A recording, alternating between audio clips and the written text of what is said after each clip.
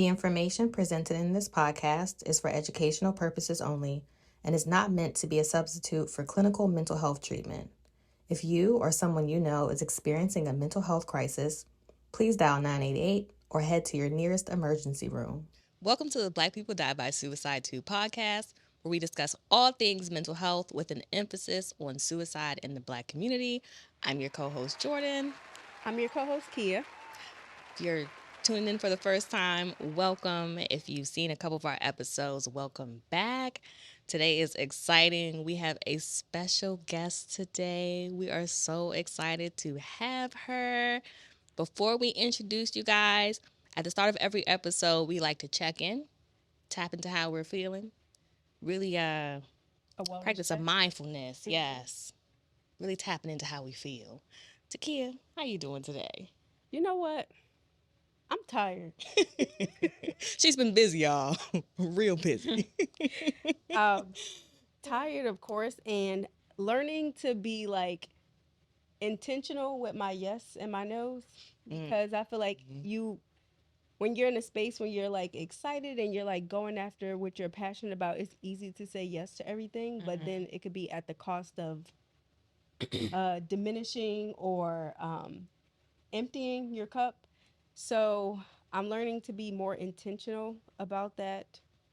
But overall, I'm excited about like everything that's in the works, but I have to be mindful of making sure that I'm practicing self-care, because I can't preach self-care and not practice it. Right. So, Yeah. yeah, that's it. Well, as for me, I am anxious. Adulting is just, it's here, it's now. I neglected a lot of things during my depression for several years, and it's all coming back to bite me now. Like, just because I was depressed, it didn't mean that things didn't need to get done. So now that I'm feeling better, I have the energy to address them, and it feels a little bit overwhelming, but we're here. We're going to get through it. I'm just going to cross one thing off my list at a time and keep it pushing. So let us bring it on over to our guest. She is a motivational speaker. She's an artist, a mental health professional, and she has quite the following on TikTok. Yes, she does. Yes, we are so excited. Brittknee Hanani is here. Oh, Brittany, you have to check in. How are you doing today? How you feeling? I'm excited to be here. This is really exciting. We're Yes. so excited to have you. Oh, you recently got married. Yes. Let's talk about it. Yes. Let's talk about it real quick. She put a ring on it. Tell us about your wedding. The wedding was amazing. I was so stressed out before the wedding.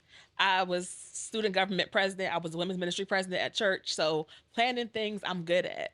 But planning the wedding, never done it before.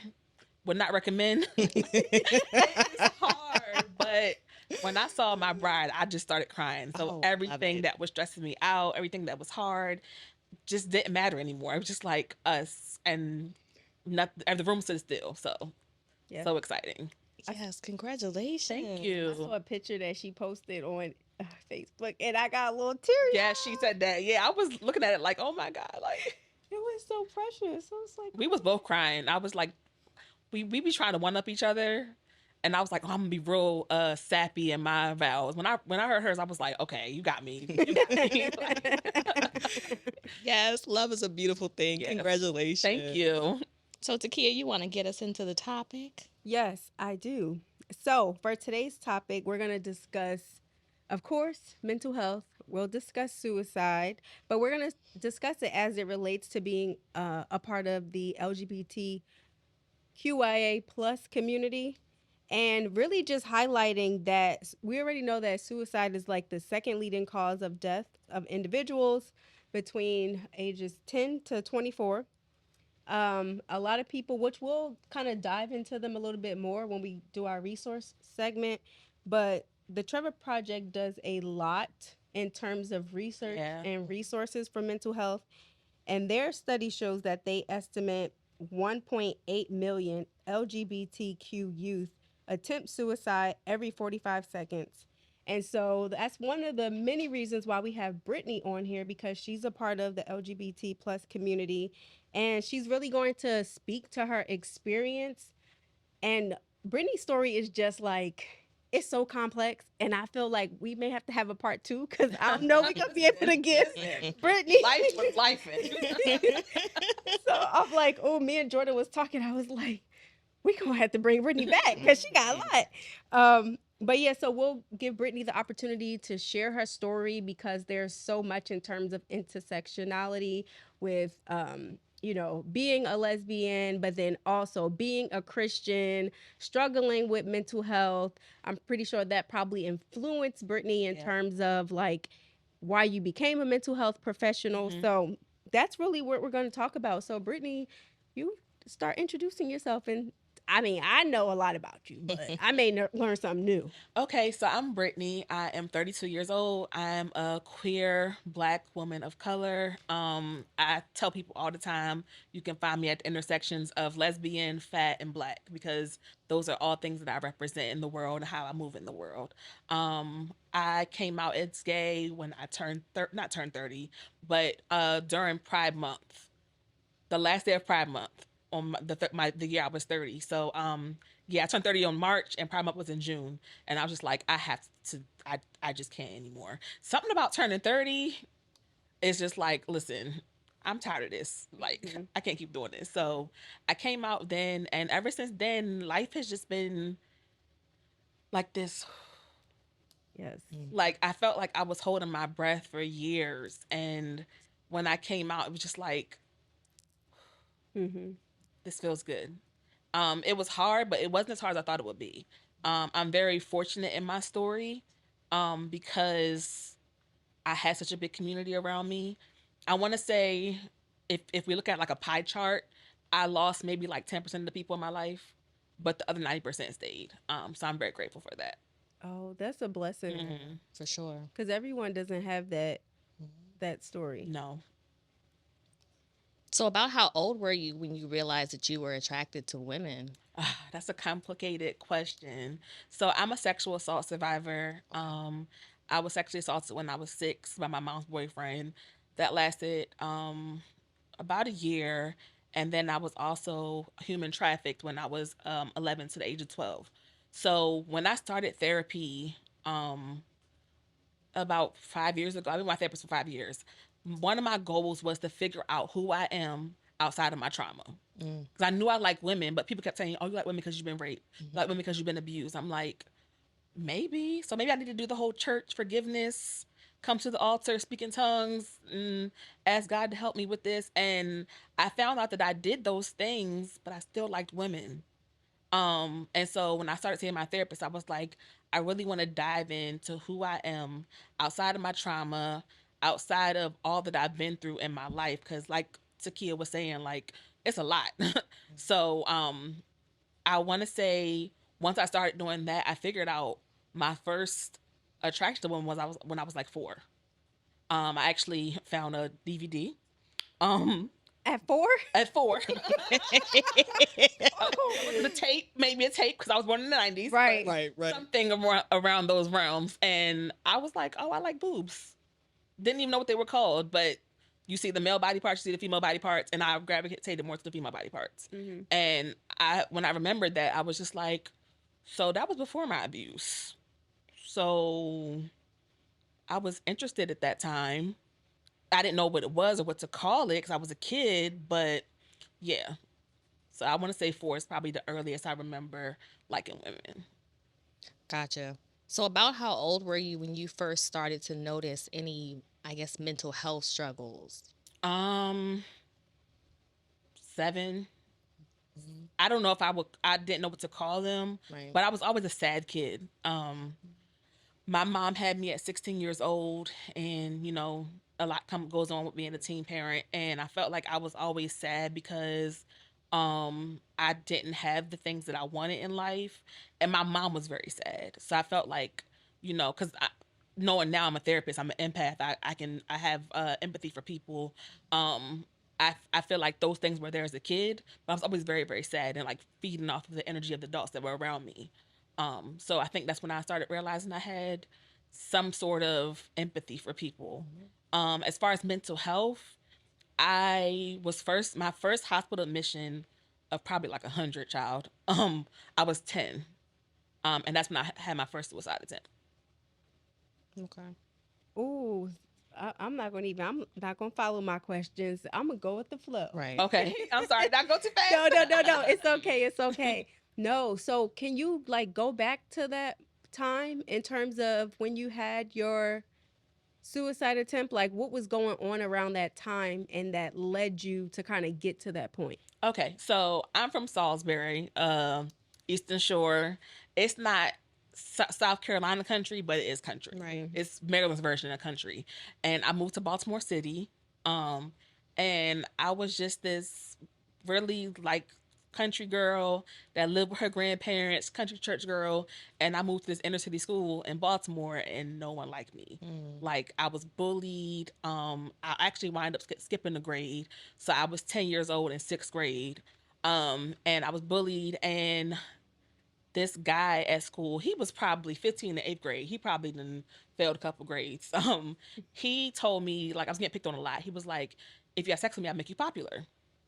So of course I had sex with him, and I went out into some woods, some little thing had a little, like, it was like I don't want to say it was a tent, but it was something rigged up, some spot people was doing stuff at. Right. That happened. Went to school the next day.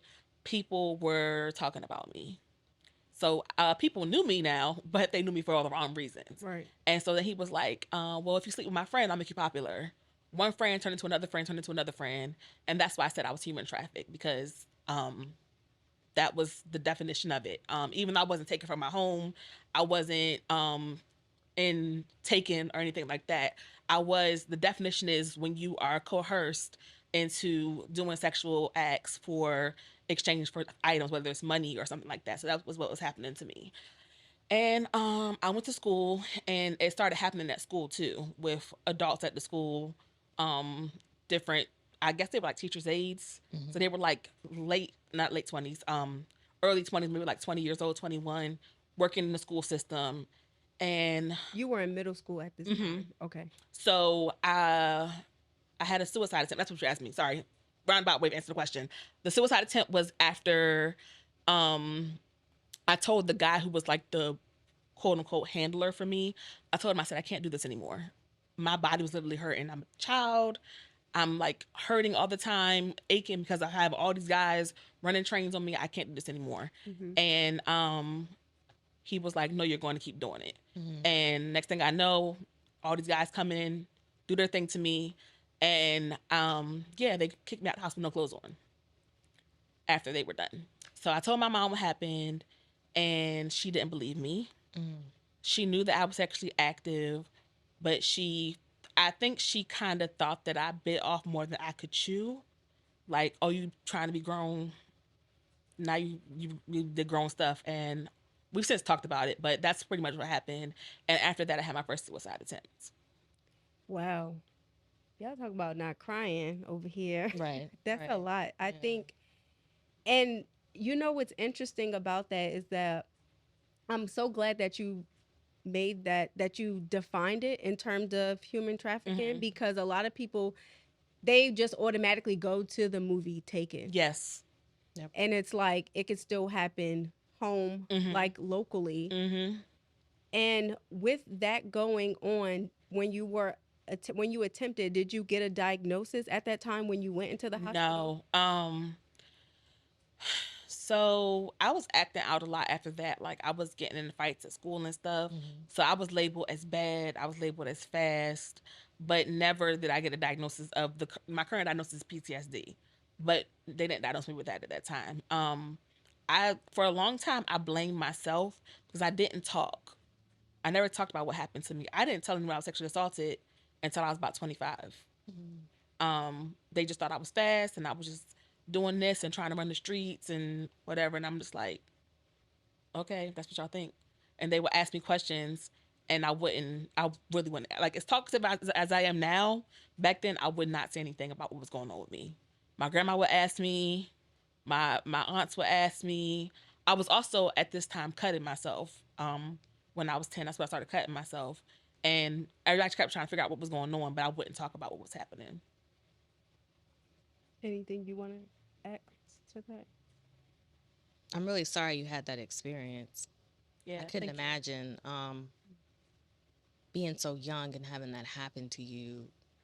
Yeah, thank you. And I think also so my mom was a young mom, and we often got taken away from her from CPS. Mm, We would move with my grandma, and so one thing that I think my grandma thought was, "You're safe now. You're okay now."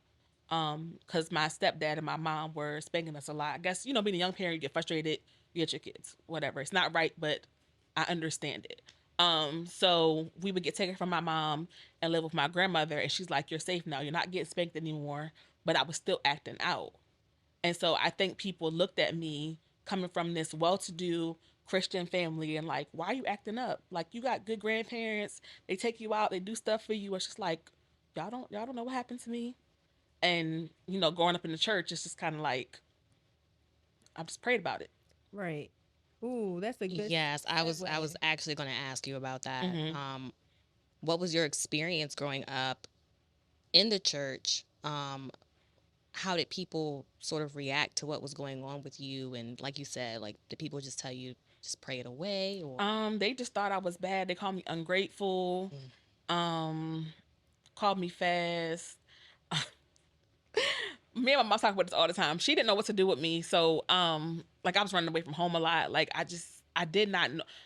As a kid, when you have all this stuff going on, you do not know what to do. right. Your brain is not developed enough to say, "Hey, I should do X, Y, and Z." Mm-hmm. You just don't know what to do.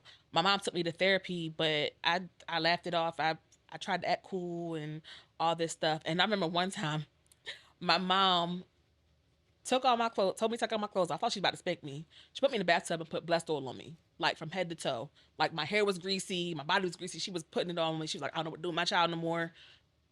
Lord, fix her." And I was like scared, like, yeah. So Is it's interesting you use those words, fix her. I'm just I can't imagine like being a child and then feeling like, okay, all this stuff happening to me and asking yourself like, what's wrong with me? Or like, mm-hmm. what did I do? Or like you said, blaming yourself. Mm-hmm. But then when you add the part about being a Christian, Mm-hmm. it just opens up a whole bunch of things that I feel like we definitely need to talk about in terms of how you being a Christian, how that impacted your mental health, but in terms of like, you having a suicide attempt, like where you told like, oh, people who kill themselves or whatever, they're gonna go Go to to hell. hell, like Mm-hmm. that. But then also speak to like, being queer, but then Mm-hmm. also being a part of that. So can you kind of talk about, I guess, that melting pot? So I don't believe if you kill yourself, you're going to hell. I think it's complicated. I don't think people that kill themselves or complete suicide are selfish. That's another rhetoric we hear a lot. Yes. I think that God sees your suffering, and no one ever asks to feel this way. Right. Mm-hmm. No one ever says, "Oh, let me feel X, Y, and Z," for whatever reason why they want to complete suicide. And I think that when you complete suicide, like whatever your belief is, if you believe you're going to heaven, like if you're a Christian and heaven is your goal, I believe you're going to heaven. I don't think that God is going to send you to hell. Like I don't. What kind of God is that? Mm-hmm. Um, it makes no sense to me. So yeah. Right. And I always wonder, like, okay, if people say that I've never saw it in the Bible unless I just missed it. Mm-hmm. Um, but even if so, I thought about that because like my cousin was 13 when he died by Mm-hmm. suicide. So I'm like, okay, so you think God is going to send a 13-year-old Yeah, to like that hell? makes no sense. And like I said, like they don't have all the information at 13. Like your brain is not fully developed. You're doing what you think is going to end your suffering. Right. Mm-hmm. And God doesn't want you to suffer. Mm-hmm. So I don't no. Mm-mm. I Yeah. don't believe that. Just wanted to get your perspective on that. And what about, do you feel like you had a hard time like coming out, like being a part of the church because you identify as a Christian, how did that play a role into you waiting until you were 30 to come out versus like coming out way back when? So I actually I came out when I was 12 to my grandmother. So I was in this program. It's called a residential treatment program. It's like when you send your, when a child is in the hospital for 5 to 10 days, but you're there for a year. So it's like a hospital stay for a year. It's called residential treatment center. And I had another person take advantage of me. I've been taken advantage of so many times in my life. But basically, I was waking up every night with nightmares. And at first the staff would come and talk to me and calm me down. But when this happened every night, they got frustrated. They were sick of me. They were like, go to bed. And this one girl that was my roommate, she was a stud. And she was like, I know what happened to you. I can make you feel better. So when I would wake up from my nightmares, she would hug me. And I would fall asleep and we would fall asleep together. And then one time I woke up from a nightmare and she kissed me and I was just like, ooh, okay, that was cool. But knowing what I knew growing up, I was like, this is not right. Like I shouldn't be kissing her. But at the same time, I liked it. So after that, it kind of developed into like this relationship that was quote unquote forbidden because you're not supposed to be in a relationship on a unit with somebody that you're with. Right. But I was with her. That's the first woman I ever slept with, or a girl, because we were kids. And my grandparents found out about it and they were like, no, you can't do that. You're going to go to hell, blah, blah, blah.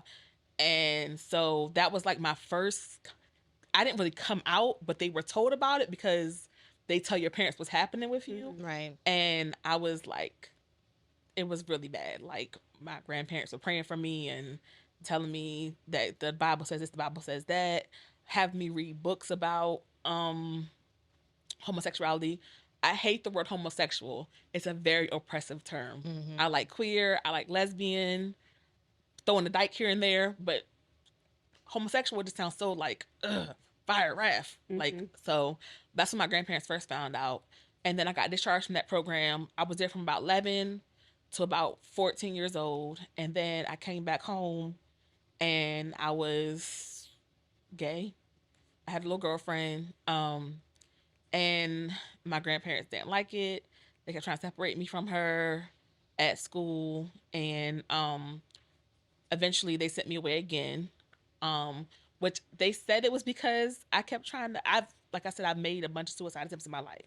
They said it's because I was trying to commit a complete suicide, but I feel like it was partially because of that too. Like they didn't want me to be with girls, but then you put me back in a place with all girls. So make it make sense. So I remember calling my grandma one day and I had one of those I'm delivered moments. Like I'm not gay no more. Mr. Caldwell. Before the Caldwell, I had the original one. But I called her. I was like, I like guys. And I like remember like memorizing scriptures about being gay and like we're raging against war, flesh and blood and all this churchy stuff. 17, like I can't be here anymore. I've wasted my whole teenage life in residential. I wanted to live my life. And in order to do that, I have to not be gay, basically.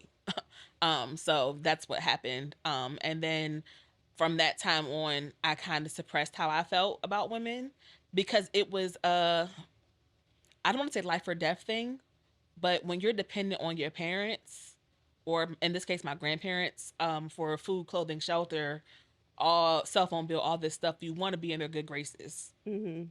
So I kind of said, I'm not gay.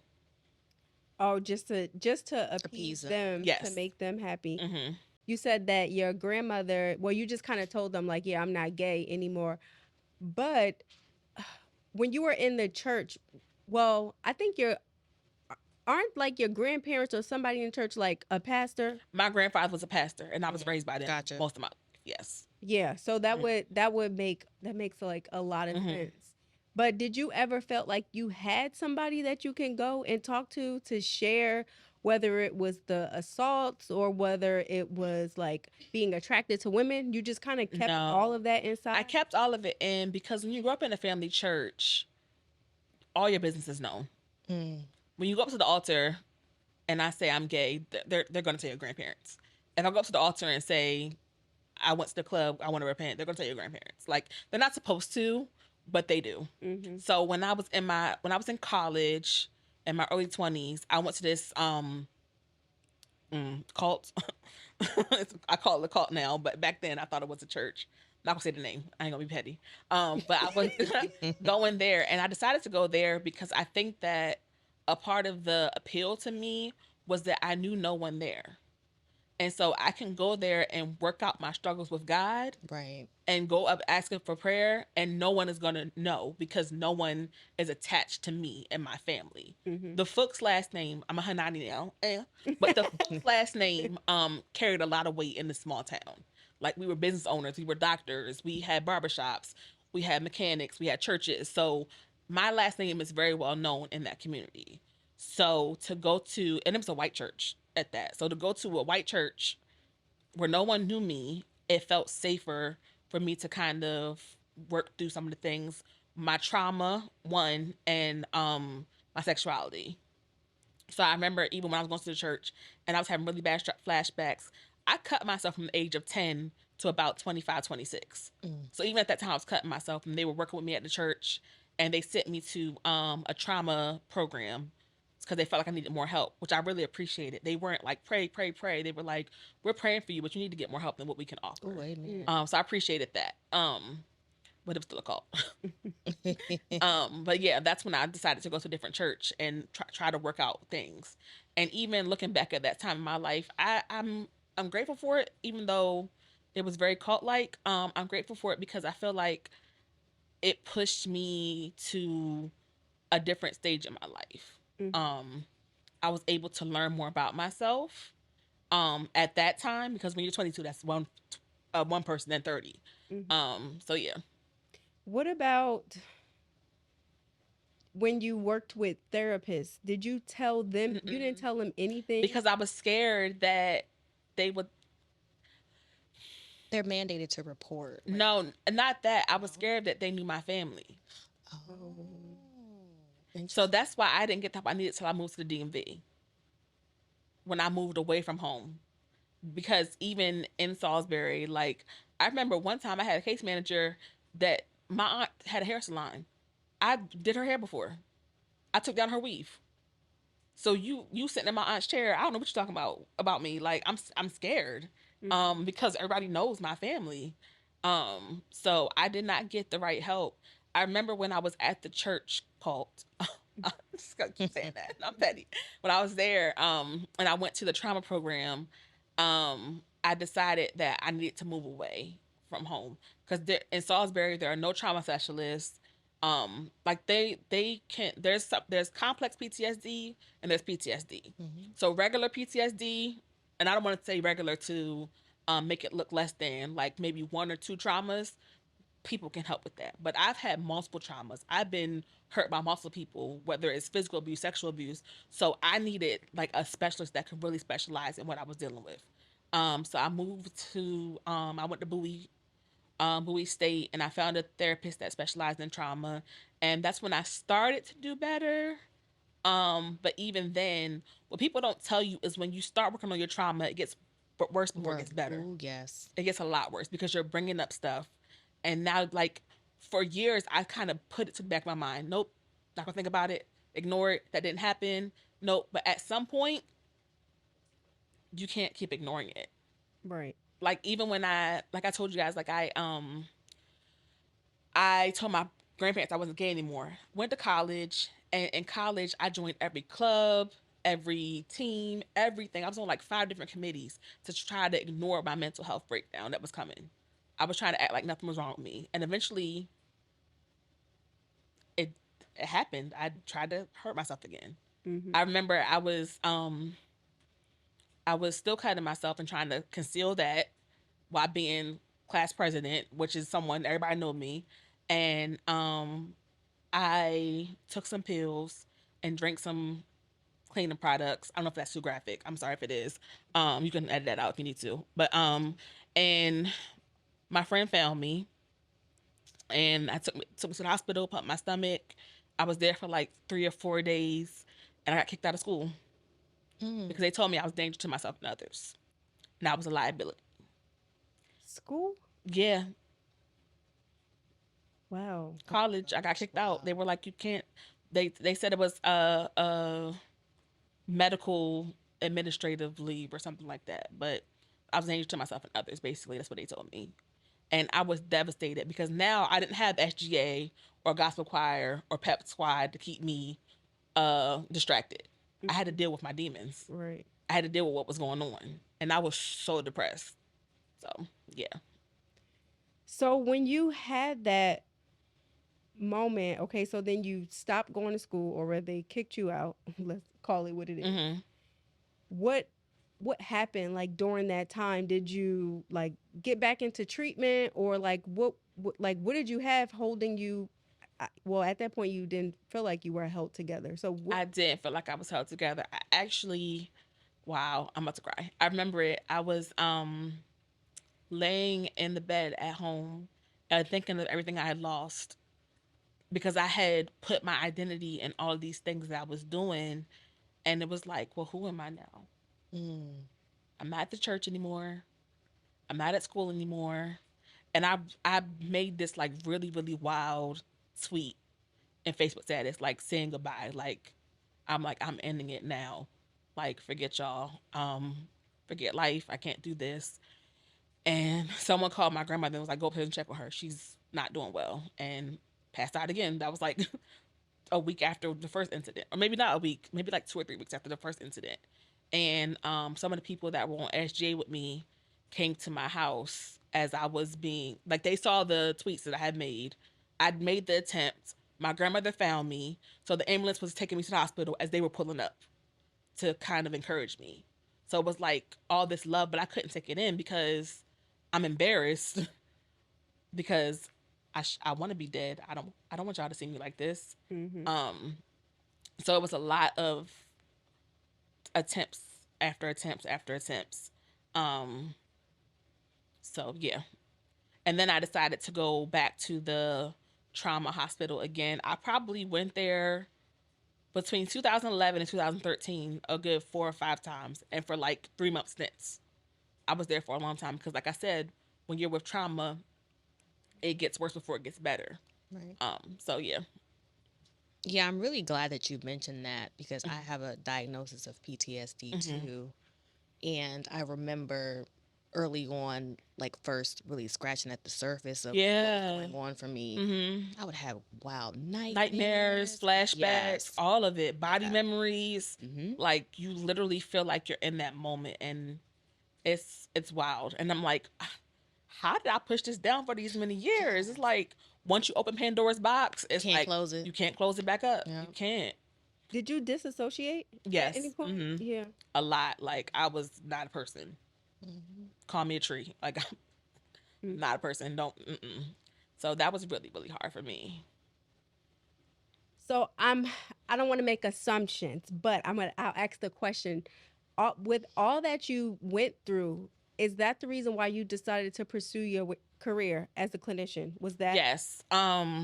So my original career goal was to be an art therapist, because art therapy is what helped me a lot. Like, when I was going to the trauma programs, I couldn't talk about what happened. Like, I didn't even know what to say. Like, hi, my name is Brittany, and like the way I just said I was raped at 6 and human trafficked at 12, I couldn't say that. What do I say? So doing art therapy helped me put words to my experiences, because it would be like circles, squares, triangles, but it was so powerful. Like, I'm not explaining. There's something about like using art as a modality for healing. And then after a while, like, my art therapist would be like, what's that mean? And I wouldn't even say it. I would write it down. And she would ask me like follow-up questions. I'll write it down. And slowly I started to find my voice. And so when I saw the power in that, I was like, this is what I want to do. And I decided to go back to school for, that's why I decided to go to Bowie, because when I was at UMES, the school that kicked me out at first, they didn't have a psych major or social work major. So I was like, I'll go to Bowie. And that works out too, because I'm away from home and I can heal because there's more specialists in this area. So that's when I was like, okay. And that's when I was able to not be in hospital so much, because it was either be at home with no specialists or be in the hospital with all the specialists. But now that I'm in the DMV area, I can find specialists that can help me with the trauma while I'm in school, while I'm trying to grow. Mm-hmm. So art therapy, which is something that you still do, because Mhm. I know, like, I if I can remember correctly, I remember too, like, going to your website Mhm. too, and then I also remember like the photos that you had with like the paint Mhm. and finding that in terms of a way, kind of what you talked to, like in terms of expressing yourself, but also like healing. And a Mhm. lot of times people think when you talk about like healing and self-care that it's one way, but like it looks so different. And we're all three of us are here with lived experience. Well, Mhm. four. We got to shout out our podcast director. She's a legend. And so all of us are here, all Black women Mhm. have lived experience, but how we all get to work on healing is very much so differently, because like you talked about coloring. Anytime I've been in any sort of treatment program and they talk about like, I'm the other way. I'm like, y'all give me a pen and a piece of paper, I'll write it out. Right. But I do think it speaks to the power of like in terms of defining healing and recovery, what it Yeah. looks like for you, Right. and not like comparing yourself to Mhm. somebody else. So I'm like so glad that you talked about that. Mhm. And then if you can kind of speak to, so then you started pursuing, do you have a specialty that you're focusing on in So terms right of? now, I'm almost done with my program in clinical mental health counseling, and I want to specialize in trauma and LGBTQIA issues. And because art therapy school was so expensive, I'm not going to get a master's in art therapy, but I'm going to take art therapy certifications. So it's like having a certification Right. on the side of my LCPC. Right. So I'm excited about that. Right. So that means you can do it all. You can work on trauma. You can infuse art therapy into That's the goal. treatment. That's the goal. I love this. Yes, Yeah. that is fantastic. This is so. I'm like dope. I guess I can't say no. It really is though. Yeah. I'm excited. Yes, I'm excited for you. Thank we you. actually we need more resources in the Mhm. community for us, by us, whether that be African Americans, Mhm. minorities, LGBTQIA. So I'm really excited for you. That's what I keep telling people. Like, being a fat Black queer woman is what needs to be seen in this world. And even like going back to like the coming out journey, like when I first started seeing my therapist, I said I want to find out who I am outside of what happened to me. And when I was like, oh, I'm bi. I like guys. I think and my therapist, so I couldn't find a Black therapist that specialized in trauma. So she's white. Ugh, I love her though. She's white though.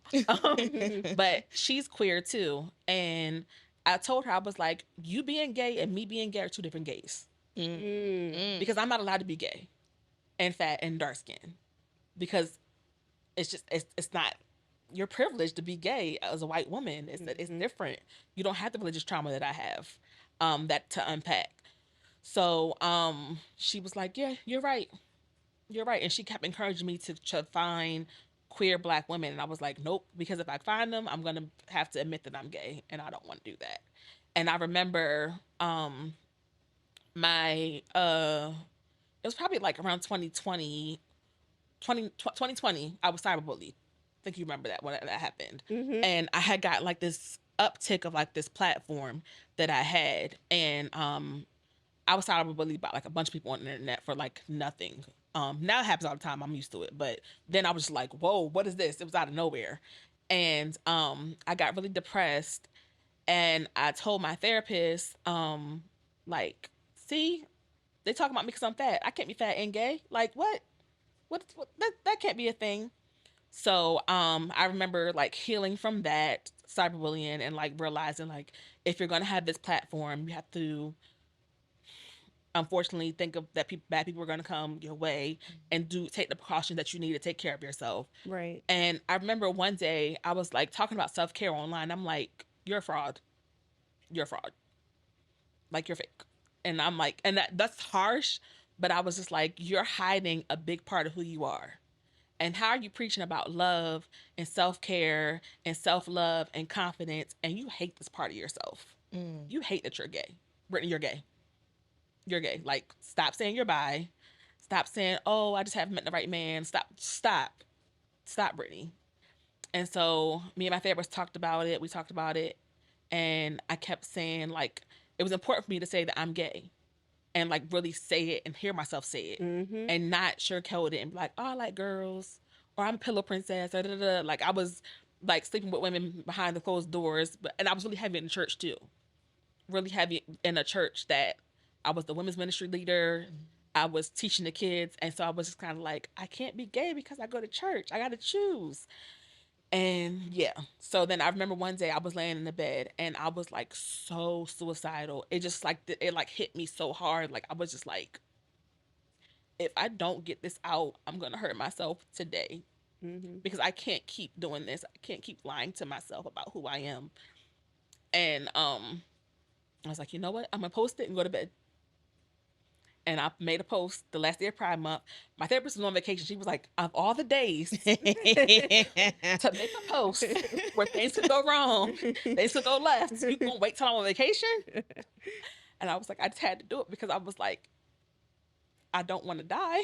Right. It was it literally, that people don't understand, it was literally life or death for me. And I don't want to make it sound dramatic, but it really was like, oh, it's real. This does not feel good at all to feel like this. And I got a lot of support. I was so surprised. I was like, oh, y'all like me?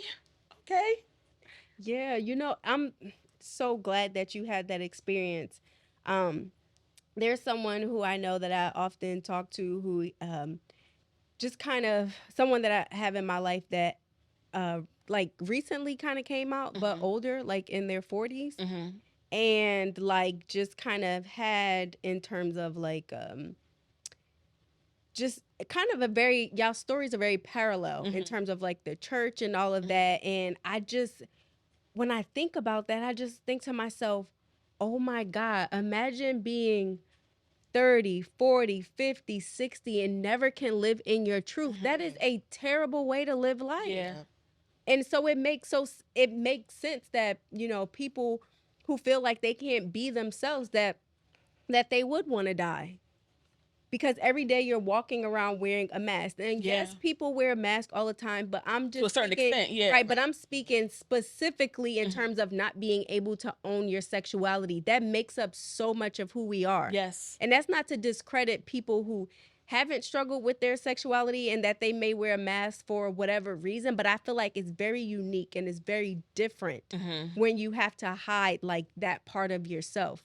Because everybody out here who is owning their truth in terms of their sexuality, they just can kind of just go through life. That's just one less thing that they don't have to worry about.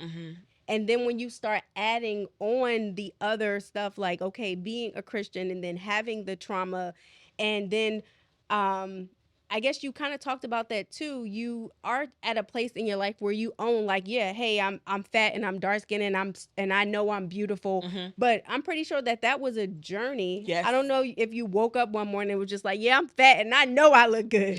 Yeah, it was a journey. It was I was actually talking to Leon, the other podcast person, about it, that I'm writing a book about that. It's called Be Cute. It's called Be Cute, A Guide to Loving Yourself Unconditionally. Cute stands for be confident, unapologetic, tenacious, extraordinary. Ooh. And so in the book, I talk about how I became cute and how you can become cute too. But it was definitely a journey. And like I said, like you said, there's so many layers to my life and what I've been through. And I feel like I am my most authentic self right now. I've never felt so good. There were times where I thought this is life, but I'm like, no, this is life.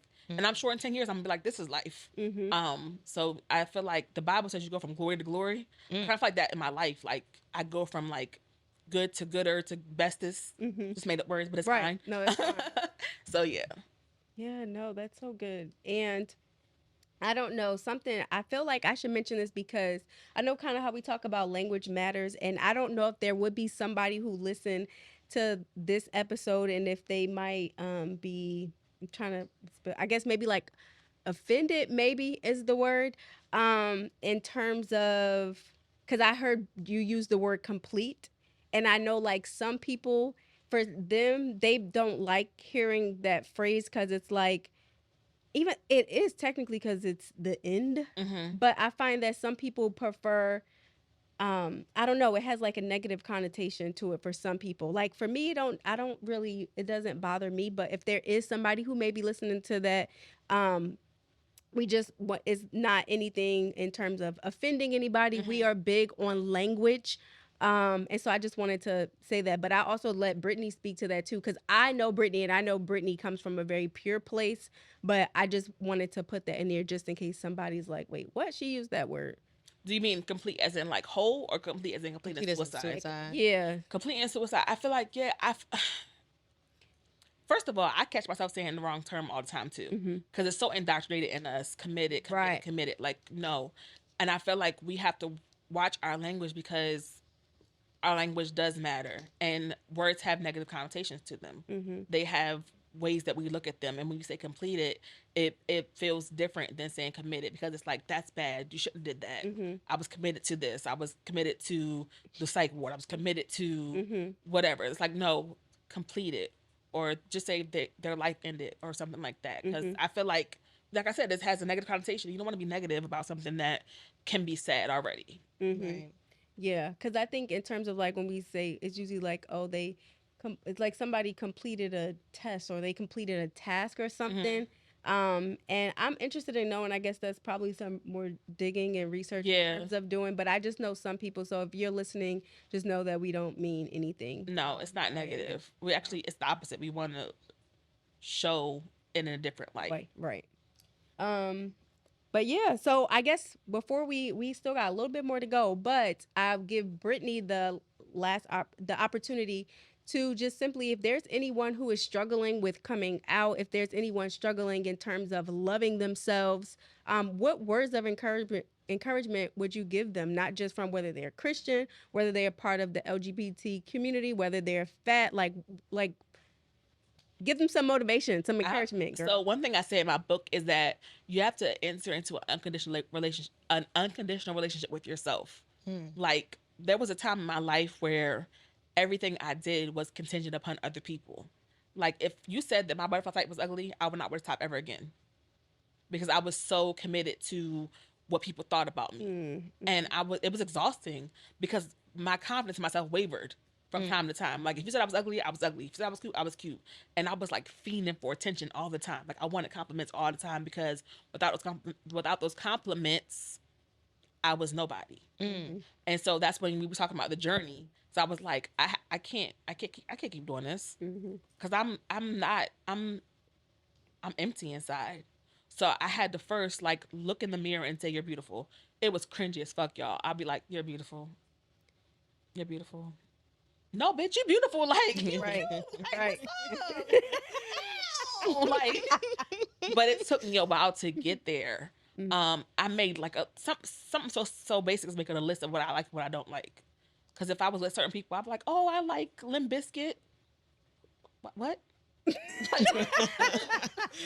I'm black. Like, like Nicki Minaj. Like, because I'm around white people, I want to be white. Like, no. So, like, figuring out what you like and what you don't like, who you are, like the root of who you are, and loving that, and knowing that you are your first priority. You like, at the end of the day, all you have, not a negative way, like, all you have is you. Like, you're your priority. So I have to prioritize my mental health, my self-love, affirming myself before I can get it from anywhere else. Because if you get it from somebody else, I read this quote: if outside validation is your only source of nourishment, you will forever starve. Anybody have a pen? And that's how I felt. I was starving all the time. So I think doing those like small things really helped me a lot. Yeah. Thanks, Brittany. Yes, that was fantastic. Oh, and to the coming out part too. I'm sorry, I didn't address that. So the coming out part, I remember when I came out, I was like, I should have did this years ago. And I was like mad at myself for not doing it years ago. I'm like, your timing is your timing. Don't feel bad about, oh, I should have did this years ago. Like, I think you were talking about the lady that was 40 years old that is, coming into herself. Like, your timing is perfect. Don't feel like you lost time, or you lost this, or you lost that. Like, everything happens for a reason. I know that sounds so cliche, but if I had came out fully when I was 20, I wouldn't be the woman I am today. Yeah. Thank you. Yes, thank you for joining us today, Brittany. Your story is so inspirational and insightful. I really took a lot from it. I'm so glad that you came to talk with us today. Um, yeah, so we're going to get into our resource segment. And for today, our resource is the Trevor Project, like we mentioned in the beginning. And they provide resources, and I think they also some services too for individuals that are part of the LGBTQIA community. So if you're looking for some support, you can definitely check out the Trevor Project, and they're at www.thetrevorproject.org, or you can check them out on Instagram at the Trevor Project. The Trevor Project is amazing. Like, I cried on the phone with them several times before I came out. And when I came out, I was like, y'all, guess what? I finally did it. I probably talked to like everybody on their hotline by now. Like, but yeah, they're amazing, y'all. So check them out. Yes, y'all, check them out. Testimonial, stamp of approval from Brittany. Right. And for today's moment of inspiration, we just... You getting ahead, girl. We got to do our spotlight. I'm sorry. I sure am. So for our spotlight, I got to make this thing big. But so for our spotlight, I believe her name is Arlana or Arlana. I really don't want to Arlana, I think. Arlana. Yeah, I don't like butchering people's name. Arlana Miller. Our spotlight is a segment where we honor individuals who have passed or died by suicide, or they are still here and doing work in the community, or they're just living their everyday life, but they are still here with us. So Arlana Miller, she was a 19-year-old cheerleader. She earned a full ride at Southern University in Baton Rouge, and she planned to become a psychiatrist, and she passed away May 4th of last year, 2022. So we just want to take this time to actually honor her life and what she was working toward, but also just to normalize, like, Black people are out here struggling, and we know that we're struggling, but also specifically struggling with suicidal thoughts and attempting, and some of us not making it. Me and Brittany just have the fortunate story to be able to tell our story, but not everyone has that opportunity. And so that's why for our spotlight, we always every single episode take a moment to honor people. Yes, we want to give voice to people who are gone now and just keep them in our hearts and remembrance. So for our moment of inspiration, we just want to say to anyone who is a member of the LGBTQIA community, anyone who's feeling like they're left out, no one cares about them, you have a place here at the Black People Die by Suicide 2 podcast. Yes. We're here to support you. We're here to support you. We love you. We support what you're doing. If you ever want to connect with us, please do.